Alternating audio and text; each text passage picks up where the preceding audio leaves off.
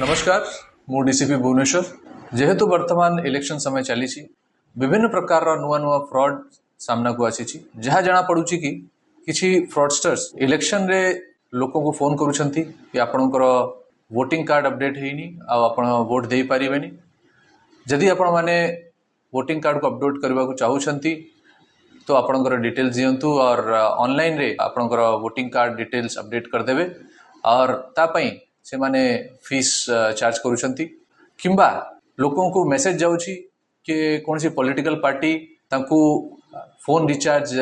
देबा को चाहूछि phone recharge करबा को चाहूछि तापई लिंक पठाया जाउछि और लिंक रे क्लिक करबा को चाहूछि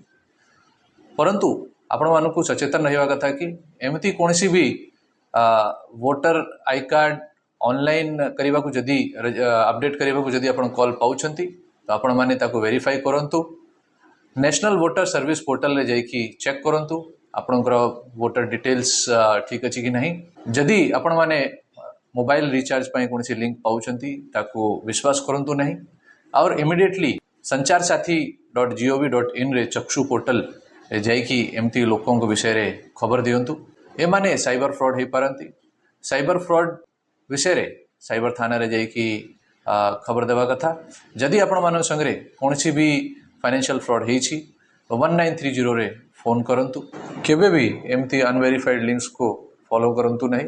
किंबा कॉल आसिले ता उपरे भरोसा करंतु नहीं सचेतन रहंतु सुरक्षित रहंतु।